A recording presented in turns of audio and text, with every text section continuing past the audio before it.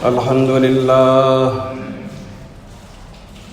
لله نحمده ونستعينه ونستغفره ونؤمن به ونتوكل عليه ونعوذ بالله من شرور أنفسنا ومن سيئات أعمالنا من يهده الله فلا مضل له ومن يضلله فلا هادي له ونشهد أن لا إله إلا الله وحده لا شريك له ونشهد أن محمدا عبده ورسوله اللهم صل على سيدنا مولانا محمد وعلى آله وصحبه وبارك وسلم. میرے بھائیوں، بزرگوں، عزیز ساتھیوں اور دوستوں،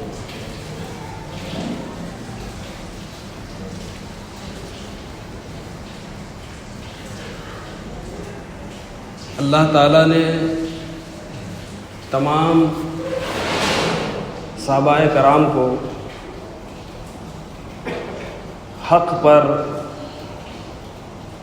ثابت کر دیا اور سارے کے سارے صحابہ سچے ہیں اور حق پر ہیں اور یہ جنتی ہیں، یہ ہمارا عقیدہ ہے.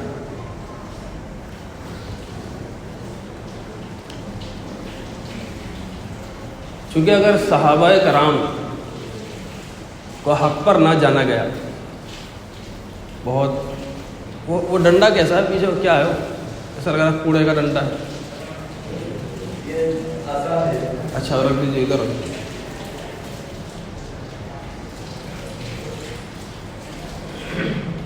اگر ان صحابہ کرام کو کوئی حق پر نہ سمجھے، اگر ان صحابہ کو کوئی حق پر نہ سمجھے تو وہ دین کو کیسے حق پہ سمجھے گا؟ کیونکہ سارا کا سارا دین ان صحابہ کے ذریعے سے ہم تک آیا ہے، اور آپ نے صحابہ کو ہی حق پہ نہ جانا تو گویا کہ آپ تو دین کے تعلق سے شک میں پڑ جائیں گے کہ یہ حق ہے یا نہیں ہے. کہ صحابہ کسے کہتے ہیں؟ بہت سارے لوگ ہو سکتا ہے سوچ رہے ہوں کہ صحابہ کون ہے. صحابہ ان لوگوں کو کہتے ہیں جو اللہ کے نبی صلی اللہ علیہ وسلم کو دیکھ کر مسلمان ہو گئے، جنہوں نے آپ صلی اللہ علیہ وسلم کو دیکھا اور دیکھ کر مسلمان ہو گئے اور مرتے وقت تک مسلمان ہی رہے، ان کو صحابہ کہتے ہیں. بہت سارے لوگوں نے آپ صلی اللہ علیہ وسلم کو دیکھا بھی تھا لیکن مرنے سے پہلے اسلام کو چھوڑ گئے یا بیچ میں چھوڑ گئے، مرتد ہو گئے، تو ان کو صحابہ نہیں کہتے.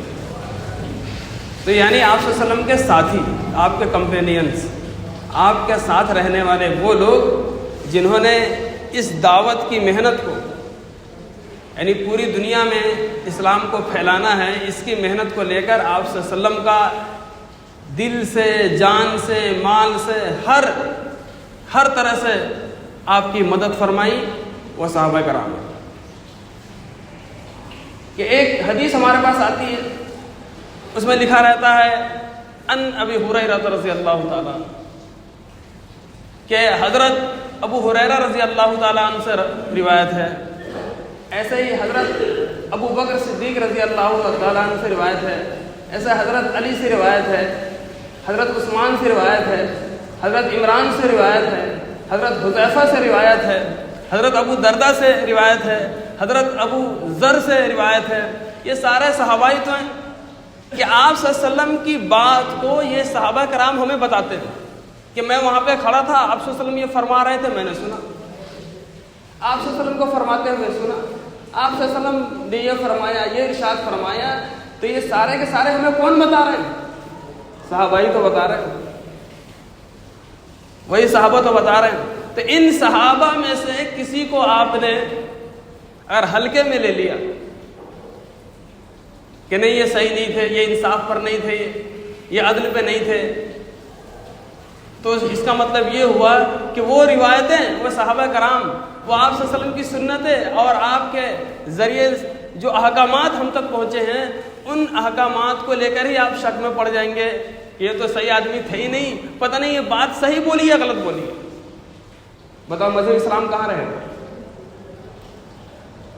اس لیے صحابہ کے تعلق سے اہل سنت والجماعت کا عقیدہ ہے کیا صحابۃ کلہم عدول، کہ سارے کے سارے صحابی حق پر ہیں، کہ جو صحابی کو حق پہ نہ مانے وہ فاسق ہے، فاجر ہے، ممکن ہے کافر ہے۔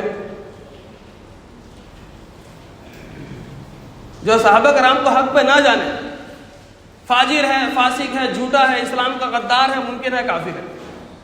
جو صحابہ کرام کو حق پہ نہ جانے تو اس زمانے میں ایسے بد خلق اور ایسے بے ایمان اور اسلام کے غدار اور ایسے گدھے قسم کے بیوقوف لوگ مل گئے ہیں، پیدا ہو گئے اس زمانے میں، جو صحابہ کرام کی ذات کو انگلیاں اٹھاتے ہیں۔ انگلیاں اٹھائی انہوں نے بڑے بڑے صحابہ کرام پہ کہ انہوں نے یہ کام صحیح نہیں کیا۔ جو اسلام کے الف کو نہیں جانتا، انہوں نے صحابہ کرام پہ انگلیاں اٹھا دی، اور ان صحابہ پر انگلیاں اٹھائی ہیں جن کے تعلق سے اللہ تعالیٰ نے قرآن مجید میں فرمایا رضی اللہ عنہم، ان سے تو اللہ راضی ہو چکا ہے، اللہ راضی ہو گیا ان سے، اور ان بدبختوں کو ان صحابہ کے اندر کمی نظر آ رہی ہے۔ سوچئے تو صحیح، کتنی بیوقوفی بھری بات ہے۔ وَرَضُوا عَنْهُ، اور وہ سارے کے سارے صحابہ کرام اللہ سے راضی ہو چکے۔ اس لیے صحابہ کرام کی عزت کرنا مذہب اسلام کا ایک اہم حکم ہے، ان کی محبت کو اپنے دلوں میں بٹھانا مذہب اسلام کا ایک اہم حکم ہے، کہ جو صحابہ سے محبت نہ کرے وہ اللہ کے نبی سے محبت نہیں کرتا، جو اللہ کے نبی سے محبت نہیں کرتا وہ اللہ سے محبت نہیں کرتا، اور جو اللہ سے محبت نہیں کرتا وہ کافر ہے۔ بات نکلے گی تو دور تک چلی جائے گی، اس کو ہم چھیڑیں گے نا اس مسئلے کو تو بہت دور تک بات جائے گی۔ اس لیے میں آپ لوگوں کو ایک اہم بات سمجھا رہا ہوں، ہمارا یہ عقیدہ ہے کہ تمام کے تمام صحابہ سچ پر ہے، حق پر ہیں، اور ان کی محبت ہمارے دلوں میں ہونا لازمی اور ضروری ہے، چاہے کوئی بات ان کی ہمیں سمجھ میں آئے نہ آئے۔ صحابہ کرام سے بہت سارے اعمال سرزد ہوئے، بہت سارے کام ایسے کرائے گئے تاکہ امت کو یہ معلوم ہو جائے کہ جب اس حال میں یہ پھنسیں گے تو کیا عمل کریں گے۔ بہت سارے اعمال صحابہ کرام کے ذریعے سے اللہ تعالیٰ نے ایسے کروائے تاکہ ہم لوگوں کو یہ معلوم ہو جائے کہ جب ایسے حال میں ہم پھنسیں گے تو ہم کیا کریں گے۔ تو کچھ لوگ نے اپنی بیوقوفی اور جہالت کی وجہ سے کیا کیا کہہ ڈالا۔ بہرحال تو صحابہ میں سب سے بڑا مقام حضرت ابو بکر صدیق رضی اللہ تعالیٰ عنہ کا ہے، یہ ہمارا عقیدہ ہے، سمجھیے گا بات کو، معلوم ہونا چاہیے آپ کو کچھ بنیادی چیزیں۔ سب سے بڑا مقام خلیفہ اول آپ صلی اللہ علیہ وسلم کے بعد، تو آپ تو خطبے میں سنتے ہی ہیں خیر البشر بعد الانبیاء، نبی کے بعد جو سب سے بہتر انسان ہے ابی بکر صدیق رضی اللہ تعالیٰ عنہ، وہ حضرت ابو بکر صدیق رضی اللہ تعالیٰ عنہ نبی کے بعد، تمام نبیوں کے بعد، دنیا میں تمام نبیوں کے بعد عام انسانوں میں جن کا سب سے بڑا رتبہ ہے وہ حضرت ابو بکر صدیق رضی اللہ تعالیٰ عنہ ہے، اور تمام انسانوں میں جن کی سب میں بڑی جنت ہے وہ حضرت ابو بکر صدیق کی جنت ہے۔ اچھے سے یاد رکھیے گا اس کو، خلیفہ اول ہے۔ ان کے بعد نمبر آتا حضرت عمر رضی اللہ تعالیٰ عنہ، کہ حضرت ابو بکر صدیق کے بعد جو سب سے افضل انسان ہے حضرت عمر ہے، حضرت عمر کے بعد جو سب سے افضل انسان ہے حضرت عثمان ہے، اور ان کے بعد جو سب سے افضل انسان ہے حضرت علی رضی اللہ تعالیٰ عنہ۔ یہ چار خلفائے راشدین ہیں، بڑے صحابی ہیں، اسلام کے چار کھمبے ہیں۔ اسلام ایک کرسی پر موجود ہے اور ان کو ان چار لوگوں نے پکڑ رکھا ہے۔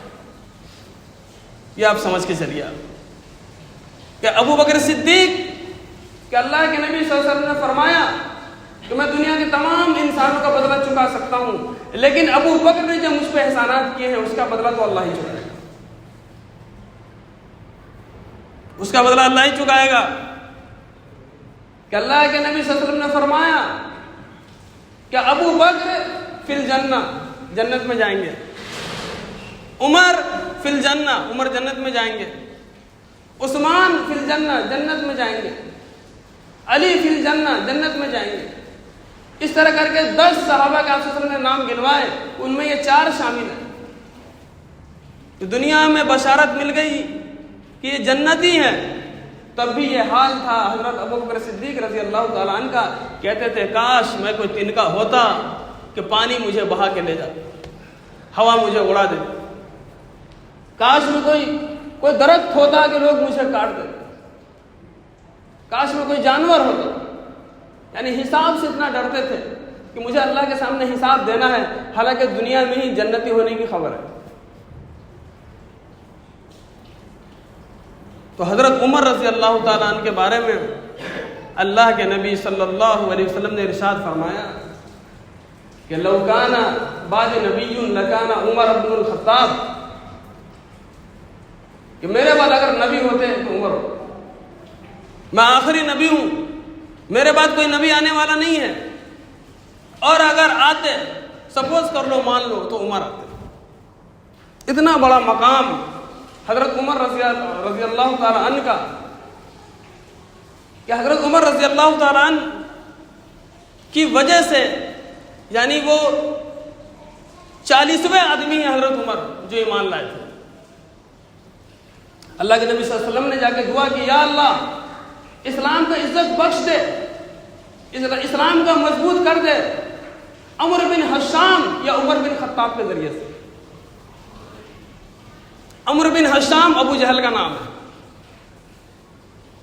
یا اللہ ابو جہل کو اسلام دے دے یا عمر کو اسلام دے کر مسلمان بنا کر اسلام کا مضبوطی بخش دے. تو اللہ تعالیٰ نے حضرت عمر بن خطاب رضی اللہ تعالیٰ عنہ کے لیے ان کے حق میں یہ دعا قبول ہو گئی اور وہ مسلمان ہوئے. دونوں ہی بہت ہی طاقتور لوگ تھے، ابو جہل بھی اور حضرت عمر بھی، اور دونوں کی ایک دم توتی بولتی تھی مکہ کے اندر. اب حضرت عمر رضی اللہ تعالیٰ عنہ بالکل وہ تو در پہ کھڑے تھے کہ نعوذ باللہ میں تو قتل کر دوں گا ان کا، اللہ کے نبی صلی اللہ علیہ وسلم کے بارے میں. وہ تلوار ہاتھ میں لیے اور نکل پڑے. ایک صاحب راستے میں ملے، نے کہا عمر کہاں جا رہے ہو؟ کہا بھائی انہوں نے بہت تفریق کر دی ہمارے مکہ کے اندر، ایک نئے مذہب کا اعلان کرتے ہیں، لوگوں میں جھگڑا ہو رہا ہے، میں ان کا ہی کام تمام کر دیتا ہوں. کہا عمر ان کے پاس تو بعد میں جائیو، پہلے اپنے گھر میں تو جا، اپنے گھر میں جا کے جھانک لے، دیکھ لے کہ تیرا بہنوئی اور تیری بہن دونوں مسلمان ہو چکے. اب ان کا غصہ جو تھا وہ ٹیمپریچر وہ 100 ڈگری سے اوپر چلا گیا. اچھا ہمارے گھر میں؟ کہاں جا کے دیکھ تو صحیح. حضرت عمر غصے میں، چہرہ لال، آنکھیں لال، بہت طاقتور انسان تھے. اپنے اس زمانے میں پہلوانی بھی کرتے تھے، بہت طاقتور تھے. حضرت عمر رضی اللہ تعالیٰ نے دروازہ کھٹکھٹایا، دروازہ کھولو. اب جو عمر کی آواز سنی تو اندر حضرت خباب بن ارت رضی اللہ تعالیٰ عنہ حضرت عمر کے بہنوئی اور حضرت عمر کی بہن دونوں کو قرآن سکھا رہے تھے اور سنا رہے تھے. سورہ طٰہٰ چل رہی تھی. اور جلدی سے چھپ گئے. عمر کی آواز سنتے ہی حضرت خباب چھپ گئے کونے میں. اب دروازہ کھولا، یہ کیا ہو رہا ہے؟ کیا پڑھ رہے تھے تم لوگ؟ کہتے کچھ نہیں، ہم لوگ تو باتیں کر رہے تھے. کہا باتیں کر رہے تھے؟ نہیں، میں نے تو سنا ہے کہ تم لوگ بھی لا مذہب ہو گئے، اپنے دین کو چھوڑ دیا، اپنا مذہب بدل لیا. حضرت عمر کا غصہ، دکھاؤ مجھے کیا پڑھ رہے تھے. اب یہ باتیں چل رہی ہے. حضرت عمر نے ایک تو بڑھیا سے پٹائی کر دی اپنے بہنوئی کی، وہ کونے میں جا کے گرے، اور ایک تماچا اپنی بہن کو بھی رسید کر دیا. اتنا تیز تھا کہ ان کے منہ سے خون نکلنے لگ گیا. اب دیکھا بہن کے منہ سے خون نکلنے لگا تو تھوڑے ٹھنڈے ہو گئے کہ یار تھوڑا سا لگ رہا میں نے زیادہ ہی. کہا بتاؤ تم کیا پڑھ رہے تھے، مجھے دکھاؤ. تو بہن نے کہا عمر تو وضو کر کے آ، یہ اللہ کا کلام ہم پڑھ رہے تھے. تب انہوں نے وہ پڑھ کر سنایا. تو حضرت عمر نے اس کو دیکھا، پڑھے لکھے آدمی تھے، اور حضرت عمر رضی اللہ تعالیٰ عنہ نے اپنی بہن سے بہنوئی سے حضرت خباب کو ہی مزہ آ گیا، چلو بھائی کام ہو گیا. حضرت خباب نے کہا عمر مبارک ہو، مجھے تو لگتا ہی تھا کہ تیرے حق میں دعا قبول ہونے والی ہے. عمر مبارک ہو، مجھے تو لگتا ہی تھا کہ اللہ کے نبی نے دعا کری تھی ابو جہل کے لیے اور تیرے لیے، مجھے لگتا تھا کہ تیرے حق میں قبول ہو گئی، دعا قبول ہو گئی، چل. تو یہ حضرت عمر کو لے کر حضرت خباب یہ لوگ اللہ کے نبی صلی اللہ علیہ وسلم کی خدمت میں حاضر ہوئے. وہاں سے حضرت حمزہ نے دیکھا، تلوار تھی اب بھی ہاتھ میں. حضرت حمزہ نے دیکھا کہ عمر تلوار لے کے آ رہے ہیں. تو انہوں نے سوچا کہ ٹھیک ہے، اگر نرمی سے بات کی ٹھیک ہے، ورنہ میں ہی اس کا کام تمام کر دوں گا۔ آپ صلی اللہ علیہ وسلم کی مجلس میں حاضر ہوئے، آپ نے کہا عمر کس بات کا انتظار ہے؟ یہ آپ صلی اللہ علیہ وسلم کا جملہ تھا، عمر کس بات کا انتظار ہے؟ کلمہ کیوں نہیں پڑھ دیتے؟ کیا یا رسول اللہ پڑھا دیجئے نا، میں تو اسی لیے آیا ہوں۔ پڑھا اشہد ان لا الہ الا اللہ واشہد ان محمدا عبدہ ورسولہ۔ ایسی اللہ اکبر کی نعرے بازی ہوئی کہ مکہ کے ہر گلی میں، جنگل میں، درختوں نے سنا، سب نے سنا، ایک ایک انسان نے سن لیا ہوگا۔ اتنے زور کی اللہ اکبر کی آواز آ رہی، تمام کے تمام صحابہ کرام اتنے خوش ہو گئے جس کی کوئی حد نہیں تھی کہ آج اسلام کو اس کا کھمبا مل گیا۔ اس کھمبے کا نام تھا عمر۔ کہا یا رسول اللہ کیا ہم حق پہ نہیں ہیں؟ کہا بالکل حق پہ ہیں۔ کیا مذہب اسلام سچا نہیں؟ کہا سچا ہے۔ تو چھپ کے ہم کیوں نماز پڑھتے ہیں؟ آج سے خانہ کعبہ میں ہم جا کے اعلان کریں گے اور نماز پڑھیں گے کہ دیکھتے ہیں کہ کون بیوہ ہونا چاہتی ہے، کون یتیم ہونا چاہتا ہے۔ اس طرح کا اعلان کرتے ہیں کہ کسی میں دم ہے تو مجھے روک کر دکھاؤ، وہ عمر تھے۔ اللہ کے نبی صلی اللہ علیہ وسلم نے ارشاد فرمایا کہ عمر قسم ہے اس ذات کی جس کے قبضے میں میری جان ہے کہ جب تو کسی راستے سے گزرتا ہے اور شیطان اس راستے سے آ رہا ہوتا ہے تو شیطان اپنا راستہ بدل لیتا ہے۔ عمر آ رہا ہے، بھاگو۔ انسانی شیطان اور جناتی شیطان سب عمر سے ڈرتے ہیں۔ انسانی شیطان، یہ کیا جملہ آ گیا بیچ میں؟ انسانی شیطان کو جملہ ہے تو حدیث میں انسانی شیطان، انسان میں شیطان ہوتے ہیں کیا؟ ہاں جی، شیطان دو پرکار کے ہوتے ہیں۔ ایک شیطان وہ ہے جو جنات وغیرہ، یہ شیطان تو ہے ہی، اور ایک شیطان جو انسانوں میں ہوتا ہے۔ انسانی شیطان وہ ہے جو انسان کو ہدایت سے دور کر دیتے ہیں۔ ارے تو نے داڑھی رکھ لی، ارے تو روزے رکھ لیے، ارے تو نماز پڑھنے لگ گیا، بھائی تو نے کرتا پاجامہ پہن لیا۔ یہ جو کون شیطان ہے؟ یہ انسانی شیطان ہے جس کو بھٹکا رہا ہے اسلام سے۔ تو اللہ کے نبی تو حضرت عمر رضی اللہ تعالیٰ عنہ، حضرت عمر رضی اللہ تعالیٰ عنہ سے انسانی شیطان بھی ڈرتے تھے اور شیطان تو ڈرتے ہی تھے۔ تو وہ حضرت عمر اس وقت 39 لوگ صرف مسلمان ہوئے تھے اور چھپ چھپ کر وہ دین کی محنت کرتے تھے، نمازیں پڑھتے تھے۔ لیکن حضرت عمر رضی اللہ تعالیٰ عنہ جب مسلمان ہوئے ہیں تو پورے مکے کے اندر وہ نمازیں پڑھ رہے ہیں اور مکے کا بڑا سے بڑا ظالم دیکھ رہا ہے کہ عمر کا ہم کچھ نہیں بگاڑ سکتے۔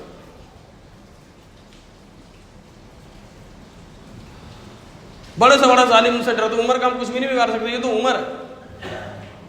اللہ کے نبی صلی اللہ علیہ وسلم نے ارشاد فرمایا ان اللہ جعل الحق علی لسان عمر وقلبہ،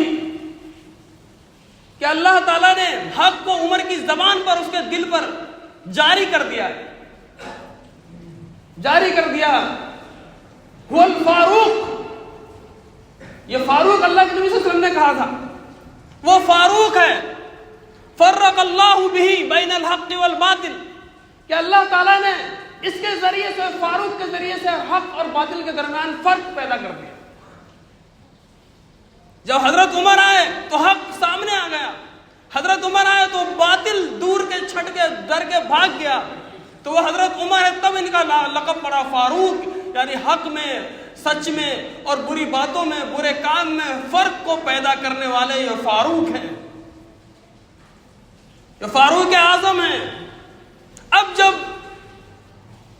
جب ان کی خلافت شروع ہوئی ہے، یعنی جب اللہ کے نبی صلی اللہ علیہ وسلم دنیا سے چلے گئے اور حضرت ابوبکر صدیق بھی دنیا سے چلے گئے، تو حضرت عمر رضی اللہ تعالی عنہ کا جو دور خلافت ہے، اس خلافت میں ان کی بادشاہت میں 22 لاکھ مربع میل، یعنی 25 لاکھ اسکوائر کلومیٹر تک اسلام پھیل گیا۔ 25 لاکھ اسکوائر کلومیٹر تک اسلام پھیل گیا، 22 لاکھ مربع میل تک۔ حضرت عمر کے زمانے میں 3600 علاقے فتح ہو گئے، 3600 علاقے فتح ہوئے، اور 900 جامع مسجدیں بنائی گئی اور 4000 عام مسجدیں بنی ان کی خلافت میں۔ 10 سال 6 مہینے 10 دن ان کی خلافت رہی، بہت بڑی خلافت رہی۔ 10 سال 6 مہینے 10 دن میں تقریباً 15 بڑے ملک جو اس وقت موجود ہیں وہ حضرت عمر رضی اللہ تعالیٰ عنہ کی خلافت کی جگہ ہے. یعنی 15 ملکوں کے جگہ تک، یعنی تقریباً 6.5 لاکھ کی لمبائی کلومیٹر اور 6.5 لاکھ کلومیٹر چوڑائی، اور یہ چاروں طرف سے تقریباً 25 لاکھ کلومیٹر تک اسلام پھیل گیا. یعنی ان کا تخت قائم ہو گیا، اسلام قائم ہو گیا. پرندہ پر نہیں مار سکتا تھا. ایسی حکومت قائم کی حضرت عمر رضی اللہ تعالیٰ عنہ نے، اور ایسا انصاف قائم کیا حضرت عمر رضی اللہ تعالیٰ عنہ نے. وہ مشک، وہ خوشبو، اس کو تولنے کے لیے گھر کی عورت کو اجازت نہیں دی کہ اگر اس مشک کو تولے گی یہ عوام کے لیے ہے، یہ بیت المال کی چیز، اس کو تو تولے گی تو اس کی خوشبو تیرے ہاتھوں میں لگ جائے گی، تو یہ عمر کہاں سے جواب دے گا اسے.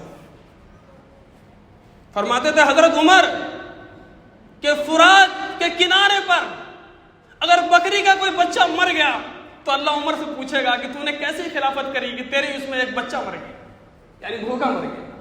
اتنی فکر کرتے تھے حضرت عمر رضی اللہ تعالیٰ عنہ. قیصر نے اپنے ایک دودھ کو اپنے یہاں سے بھیجا، کیا کہتے ہیں اس کو، ایمبیسڈر، ایک قاصد کو بھیجا. قاصد کو بھیجا کہ جاؤ دیکھ کر مدینہ میں عمر کی خلافت کا جائزہ لو کیسی چلتی ہے. تو وہ قاصد روم سے، قیصر کا قاصد روم سے مدینہ آیا، اور مدینہ میں آ کر دیکھا کہ یہاں تو تخت وغیرہ کچھ بیٹھنے کا کوئی محل شاہی کچھ ہے ہی نہیں. یہ کیسی خلافت چل رہی ہے؟ کچھ بھی نہیں ہے یہاں. تو کسی نے پوچھا کہ تمہارے بادشاہ، اس نے پوچھا تمہارے بادشاہ تمہارے خلیفہ کہاں ہیں؟ تو لوگوں نے بتایا وہ مدینے سے باہر کہیں گئے ہیں. کہ تلاش کرتے کرتے ایک جگہ پر دیکھا تو حضرت عمر رضی اللہ تعالیٰ نے ریت پر لیٹے ہوئے ہیں، ریت پہ لیٹ رہے ہیں، دھوپ ہے، پسینہ آ رہا ہے، اور سر کے نیچے کچھ رکھ رکھا تھا. حضرت تھانوی نے لکھا ہے، اینٹ یا پتھر کا ذکر کیا کہ اس پر سر رکھ کے سو رہے ہیں، اور یہ سو رہے ہیں اور وہ قاصد دیکھ کے کانپ رہا تھا کہ کیا ہے اس کے اندر، ان کے رعب سے. حضرت عمر کا ایسا رعب. تو قاصد کہنے لگے ہاں یہ خلافت ہے تمہاری، یہ انصاف کی بادشاہت ہے تمہاری. تم محل کے باہر ایسے بے دھڑک اور تمہاری حفاظت کرنے والا کوئی نہیں، ایسے سو رہے ہو، یہ تمہارے حق پر ہونے کی دلیل ہے. اور ایک خلافت اس قیصر اور اس کسرا کی ایک خلافت ہے کہ جو محل کے اندر 10 محافظوں کے درمیان میں سوتا ہے کہ اس کو اپنا ہی ڈر لگا ہوا ہے. وہ خلافت نہ حق کی ہے اور تیری خلافت حق کی ہے. ایک صحابی فرماتے ہیں، حسن صحابی نہیں تابعی ہے، حسن رحمۃ اللہ علیہ فرماتے ہیں کہ میں نے دیکھا کہ حضرت عمر رضی اللہ تعالیٰ عنہ خطبہ دے رہے تھے اور ان کے کرتے پر 12 پیوند لگے ہوئے تھے. میں نے گنا اس کو. دنیا کا بادشاہ ہے، دیکھو تو کہاں تک خلافت گئی، کہاں تک سلام پھیلا ہوا ہے، کتنے بڑے بادشاہ ہے، کتنے ملکوں میں اپنا گورنر بھیج رکھا ہے اور کرتے پہ 12 پیوند ہے. ایک چیز حضرت عمر آج فرماتے ہیں کہ یا رسول اللہ ایسا ہونا چاہیے، عقل ہو کے قرآن کی آیت نازل ہو جاتی ہے. یا رسول اللہ یہ ایسے چلتی ہے، ان کو تھوڑا پردے میں چلنا چاہیے، پردے کی آیت نازل ہو گئی. یا رسول اللہ یہ مقامی ابراہیم نے یہاں پہ نماز پڑھی ہے تو اللہ کی طرف سے آیت نازل ہوگی یہاں پہ نماز پڑھو. یعنی علماء نے 17 یا 18 مقامات ایسے گنوائے ہیں جس کو موافقات عمر کہتے ہیں کہ حضرت عمر رضی اللہ تعالیٰ عنہ نے آج وہ رائے پیش کی ہے اللہ کے نبی صلی اللہ علیہ وسلم سے، عقل قرآن کی آیت نازل ہو گئی. کیسا وہ انسان ہوگا جس کی رائے پر اللہ کو اس کی رائے اتنی پسند آ رہی ہے کہ قرآن کی آیت نازل ہو رہی ہے کہ عمر نے ٹھیک کہا ہے. ایسا ہی ہوگا. وہ عمر ہے، وہ عدل انصاف، ہر معاملے میں بھیس بدل کے رات میں گھومتے تھے، بھیس بدل کے رات میں گھومتے تھے. معمول تھا حضرت عمر کا. ایک بار ایسے ہی بھیس میں گھومتے گھومتے 3 میل دور غیرہ اس علاقے میں چلے گئے اور وہاں پر دیکھا جھانک کر کہ ایک عورت ہے، اس نے ہانڈی چڑھا رکھی ہے آگ جلا کر، اور بچے رو رہے. اس عورت سے پوچھا، عمر نے بھیس بدل کے جاتے تھے، کیا بات ہے بچے کیوں رو رہے ہیں؟ اس عورت نے کہا جی گھر میں کھانے کو کچھ نہیں ہے، میں نے پانی جو ہے نا اس اس پتیلے میں پانی ڈال کے ابلنے کے لیے ڈال دیا ہے تاکہ بچوں کو لگے کچھ کھانا بن رہا ہے، ان کو صبر ہو جائے گا اور سو جائیں گے۔ بہت برداشت نہیں ہوا، حضرت عمر سے رونے لگ گئے، کہا ٹھیک ہے ٹھیک ہے، جلدی سے گئے اور ساتھ میں ان کے اور صاحب تھے اور کچھ چاول اور جو بھی ہوتا ہے کھانے کی چیزیں، جو وغیرہ، کھجور وغیرہ، دودھ وغیرہ، گھی وغیرہ سب لے کے اور وہ سارا ایک بوری میں باندھ کر اپنے کندھے پر لے کر عمر خود چل کے حضرت عمر اس گھر میں اس عورت کے پاس لائے۔ راستے میں صحابی نے کہا کہ اے امیر المومنین میں اٹھا لوں؟ تو ان سے فرماتے ہیں کہ میدان حشر میں آخرت میں تو میرا بوجھ اٹھائے گا؟ جو یہاں اس بوری کو اٹھانے کی بات کرتا ہے تو میری ذمہ داری ہے۔ خود اٹھا کر لائے، گھر میں بیٹھے، اپنے ہاتھ سے آگ جلائی اور وہ کھانا بنایا اور بچوں کو کھلایا حضرت عمر نے اپنے ہاتھ سے، اور بچے ہنسنے کھیلنے لگ گئے سارے کے سارے پورے گھر میں، اور حضرت عمر بھی ہنسنے لگ گئے، فرمانے لگے میں جب آیا تھا تو میں نے انہیں روتا ہوا دیکھا تھا، میرا دل یہ چاہ رہا تھا کہ میں انہیں ہنستا ہوا بھی دیکھوں۔ آپ کون ہیں؟ پوچھا اس نے آپ کون ہیں؟ اس عورت نے کہا جب تو عمر کے دربار میں پہنچے گی نا تو مجھ کو بھی وہی پائے گی۔ یہ نہیں کہا کہ میں عمر ہوں، یہ نہیں کہا کہ میں عمر ہوں۔ ایسے کتنے واقعات ہیں، گھر میں عورت ہے، گھر میں کوئی بڑھیا ہے، پوری خدمت کر کے اس کو کھلا کے پلا کے حضرت عمر گھر سے واپس آ جاتے، اور جب چلتے تھے تو ایسے چلتے تھے کسی کو پتہ نہ چلے کہ چپل کو ہاتھ میں لے لیتے کہ پیروں کے نشان نہ آوے یہاں سے کون گزرا ہے، اور اس پیروں کی چپلوں کی آواز نہ آوے کون گزرا ہے۔ یہ کیا ہے؟ ہم جانے تو صحیح کہ ہمارے لوگ کیا گزرے ہیں، کیسے انصاف پرست گزرے ہیں، کیسے اللہ والے گزرے ہیں، کیسے نبی سے محبت کرنے والے گزرے ہیں۔ اللہ کے نبی صلی اللہ علیہ وسلم سے حضرت عمر نے یہ ارشاد فرمایا کہ یا رسول اللہ مجھے اپنی جان کو چھوڑ کے سب سے زیادہ آپ سے محبت ہے، مجھے اپنی جان کے علاوہ سب سے زیادہ آپ سے محبت ہے۔ اللہ کے نبی صلی اللہ علیہ وسلم نے کہا نہیں، اس سے کام نہیں چلے گا، اس سے کام نہیں چلے گا۔ کہا یا رسول اللہ مجھے اپنی جان سے بھی زیادہ آپ سے محبت ہے۔ میں نے کہا ہاں یہ ٹھیک کہ جب تک ہماری جان سے، ہمارے مال سے، ہماری ساری دنیا سے، ہماری اولاد سے سب سے زیادہ ہمیں اپنے نبی سے محبت نہ ہو جائے تب تک ہم مسلمان نہیں۔ پوری سلطنت، سب کچھ جو بھی آپ کے پاس موجود ہے اور جو آپ کی اولاد ہے، سب سے زیادہ محبت پہلے نمبر پہ آپ کو اپنے نبی سے ہوگی، تب ان سے محبت ہوگی، تب آپ سچے مسلمان کہلائیں گے، تب جا کے اللہ تعالیٰ آپ سے خوش ہونے والا ہے۔ وہ حضرت عمر ہے سب سے زیادہ اسلام کو جن کو نفع ہوا، یہاں تک کہ دنیا دار لوگ یہ کہنے پر مجبور ہو گئے کہ ایک اور عمر ہوتا تو پوری دنیا میں اسلام پھیل جاتا، کہیں بھی کوئی حصہ اسلام کا باقی نہ رہے۔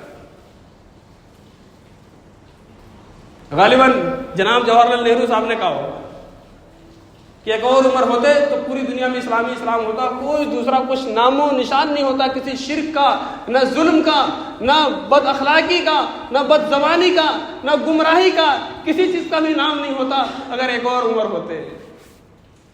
تو اللہ کو منظور تھا کہ ان صحابہ کرام کے اور اس عمر کے نقش قدم پر چلنے کا اللہ نے ہمیں حکم دیا ہے کہ اپنے گھر میں کبھی بھی 2 سالن کو جمع نہیں ہونے دیتے، ایک چیز بنے گی، روٹی کے اوپر کچھ رکھ کے کھا لیا بس کافی ہے، روٹی ہے تو گھی الگ ہے، گھی سے کام چلا لیں گے، یا روٹی ہے تو گوشت سے کام چلا لیں گے، یا شروع سے کام چلا لیں گے۔ اپنی پوری زندگی میں حضرت عمر رضی اللہ تعالیٰ عنہ نے 2 سالن کو ایک روٹی کے ساتھ کبھی نہیں کھایا۔ یہ کیسے مسلمان ہیں کہ کھانے کے لیے پورے علاقے میں گھومتے ہیں، وہاں جائیں گے وہ ادھر اس کی بریانی بہت اچھی ہے، وہاں جائیں گے وہ اس کی نہاری بہت اچھی ہے، کھانے والی قوم اسلام سے دور، نام ان کا مسلمان، سمجھ سے باہر۔ اب یہ کیا ہوا، حضرت عمر رضی اللہ تعالیٰ عنہ نے فجر کی نماز کے لیے، آپ جو خلیفہ نماز پڑھائیں گے فجر کی نماز پڑھانے کے لیے، اس سے پہلے حضرت عمر نے خواب دیکھا تھا، اس خواب سے ان کو اندازہ ہو گیا تھا ایک سرخ مرغ وہ آپ کے پیٹ میں 3 بار اس نے چونچ مارے،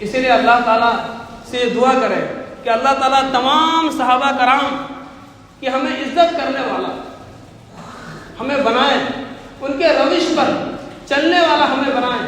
ایک ایک صحابی جو ہے نا ستارے ہیں، کتابوں میں آتے ہیں، کتابوں میں بات ہے کہ یہ صحابی جو ہے نا، صحابی یہ ستاروں کا مانند ہے، کسی کی بھی اتباع کرو کامیاب بنو۔ ایک ایک صحابی ستارے کا کام ہوتا ہے راستہ دکھانا۔ پرانے زمانے میں لوگ ستاروں کے ذریعے سے رات کا سفر کر کے راستہ دیکھتے تھے۔ یہ تمام کے تمام صحابی، تمام صحابہ کرام یہ انہی ستاروں کا مانند اس دنیا کی اس گمراہی، اس دلدل میں ہمیں راستہ دکھانے والے ہیں کہ یہ حق کا راستہ، اس پر چلو۔ اسی لیے تمام کبھی بھی زندگی میں کوئی بھی صحابہ کرام کی برائی کرے تو آپ اس کو مسلمان مت سمجھیں، یعنی اسلام سے پھرا ہوا گمراہ آدمی ہے، کیونکہ معیار حق ہے ہمارا تو سب کچھ صحابہ کرام ہے۔ اگر بیچ سے وہ کڑی، اگر اس کڑی میں کمزوری آ گئی تو سارا اسلام ہی کمزور پڑ جائے گا۔ میں نے تو صرف حضرت عمر کے زندگی کے جو واقعات ہیں اس کا 1% بھی میں نہیں آپ کو بتا پایا۔ مہینوں لگ جائیں گے ان کی خلافت بیان کرنے میں، ان کی صفت کو بیان کرنے میں، ان کے حالات کو بیان کرنے میں، کہاں کہاں جا کر انہوں نے کیا کیا بہادری کی ہے، بہادری دکھائی ہے، اور صحابہ کرام کو کیسا تیار کیا تھا۔ مہینوں لگ جائیں گے پھر بھی حق ادا نہیں ہو سکے گا۔ یہ 15-20 منٹ میں، آدھے گھنٹے میں کیا بتاؤں آپ کو، صرف اتنا آپ اپنے ذہن میں رکھیے کہ تمام کے تمام صحابہ حق پر ہیں، اور جس میں نمبر 1 پر باری آتی ہے حضرت ابوبکر صدیق کی، نمبر 2 پہ آتی ہے حضرت عمر کی، 3 پہ حضرت عثمان آتے ہیں، 4 پہ حضرت علی آتے ہیں۔ یہ خلفائے راشدین انہی کو کہتے ہیں، اور انہی کو لے کر مذہب اسلام مضبوط ہے۔ ان کی برائی، کسی بھی صحابہ کی برائی نہیں سنی جا سکتی، اور تمام کے تمام صحابہ جنتی ہیں، اس کو بھی ذہن میں رکھیے گا۔ کریں گے انشاءاللہ، صحابہ کی اتباع کریں گے۔ یہ اہل سنت والجماعت کا یہی مذہب ہے کہ تمام کے تمام صحابہ حق پر ہیں۔ چلیے مولانا چندہ کر لیجیے۔